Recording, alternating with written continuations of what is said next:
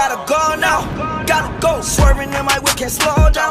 Driving fast with cars, boy, I'm on the road now. Automatic star, my Vic, take a cold. Hey, what is up, guys, and welcome back to the Recession Central.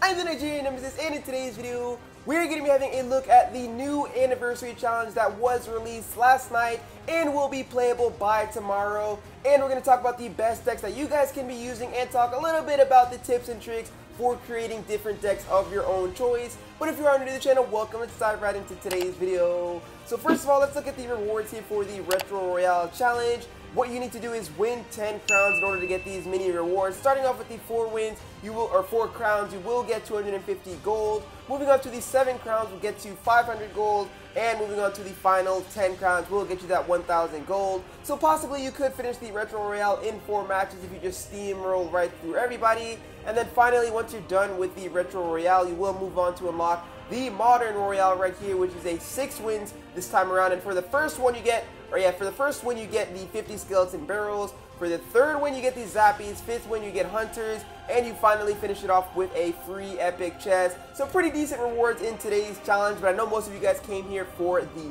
decks. So starting off with deck number 1, this is going to be for the Retro Royale challenge. I'll show you guys a couple of different decks for each of the challenges, but I think that this one right here, Giant Hog Rider Beatdown, will be very, very good for Retro Royale because you've got double win condition right here with the Giant and the Hog Rider. Usually when I'm playing this deck, I like to play it as a Hog Rider cycle deck, defend with the Musketeer, Goblins, Skeletons, and even the Minions, and then counterattack with a Giant Beatdown push. It's a fairly strong deck to go against. Even having the Giant to block other cards like the Expo is really good. You've got 2 cards here, so if they have buildings, even if they use the building on your Giant, you'll have it free for the Hog Rider, or vice versa. If they use it on the Hog Rider, you'll have it free for your Giant. And then the 2 spells in this deck are the Fireball and the Zap. Very good spells. It's always nice having Fireball and Zap in your deck. And then, like I said, all the good support cards, Musketeer and Minions, both really good at attacking the air. Goblins have really high DPS, and the Skeletons are good for cycling. And honestly, they put out a pretty decent amount of DPS themselves, and they can take out those troops, maybe even forcing your opponent to throw down a Zap. Keep in mind they don't have the log, so if they don't zap it, they're going to have to throw down arrows somewhere. And a lot of people will be running arrows, so your minions might get countered, but that's going to be a-okay because you've got the Musketeer. And then on to deck number 2 right here, guys. We've got the Prince Goblin Hut deck. This one I think is very interesting because it is baity. It sort of combines the meta that we have right now, but using all the cards from the previous classic Royale. And we've got the Prince in here as the main sort of tank in this deck. Does a lot of damage as well, but the way you want to play this deck is starting off with your Goblin Hut, playing that down in the center, and start to stack those goblins up, force your opponent to play into you, and then after that you counter attack them. And if you get a good Prince counter attacking push, you can get a Goblin Barrel over the top. Remember, there's no log, so it's going to be very hard for them to stop this log baitish deck with the Skeleton Army, the Goblin Barrel, the Spear Goblins, and of course the Goblins coming out of the Spear Goblin Hut. And even if they only do have Zap, even if they have Arrows, Fireball, and Zap, they're going to have to like Fireball your Minion Horde, they're going to have to Arrow your Skarmy, and then Zap, like, even if they do decide to use their Zap, I mean, you have the Goblin Barrel, which doesn't die to Zap, so that's going to get you a lot of tower damage. You want to play this deck very defensively, and it's going to be a very strong deck for the Retro Royale. And then decks 3 and 4 right here are for the Modern Royale. Deck 3 is a Mega Knight deck. Mega Knight's sort of baitish deck. You've got the Zap bait aspect of it, of course, with the you've got the Inferno Dragon, you've got the Skeleton Barrel, the Bats, just really, really strong stuff here. And I believe Log comes afterwards, so you can use Log, but you won't be facing any Zap. So it's going to be absolutely ridiculous, guys, because they have to Zap one of these 3 right over here. Mega Knight is very strong. You're going to see a lot of Mega Knight here in the Modern Royale challenge, and you just play it like a minor chip deck, minor poison beatdown, and then counterattack with the Mega Knight, or even using like a Goblin or a Skeleton Barrel and a minor push back towards the tower. Royal Ghost is very strong. You can switch that out with like a Bandit as well. Works just as well. And then you've got, like I said, the baity aspect, and having Poison and Log as your 2 spells is very, very strong. And then for deck number 4, we've got a Bridge Spam deck. This one with the Battle Ram, Royal Ghost, and the Ice Golem. Very strong deck as well. Notice we do have the Inferno Dragon here again because the Inferno Dragon is huge for taking down all those tanks. We've got the Night Witch. She's very good at dealing with tanks and, just really knocking them down, and having her bats in a counter-attacking push with the Battle Ram.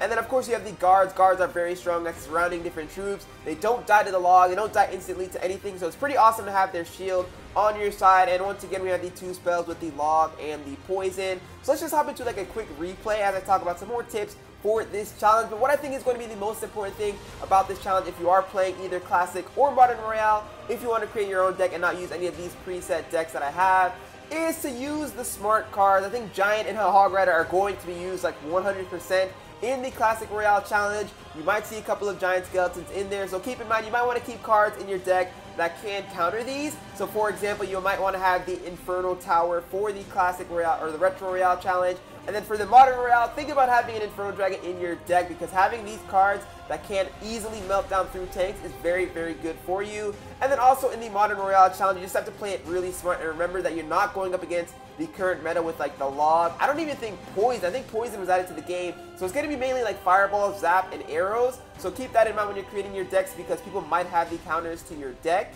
Also, another thing to keep in mind is even if you do use cards like the Barbarians or the Minion Horde, I would honestly say stay away from the Minion Horde in the Retro Royale Challenge, just because people will probably have arrows, or at least they'll have Fireball, and you'll get that -1 value. You know, as good as Minion Horde is, you know, unless you have like a bait deck, I would say stay away from it. Like, don't run a deck that has Giant Beatdown and the only thing that they can possibly arrow is your Minion Horde. If you throw like a Skeleton Army or a Goblin Barrel or a Spirit Goblins in there, then it's totally fine to bait out the arrows with your Minion Horde and then counterattack. And look, they have nothing to counter it with, but stay away from the Minion Horde.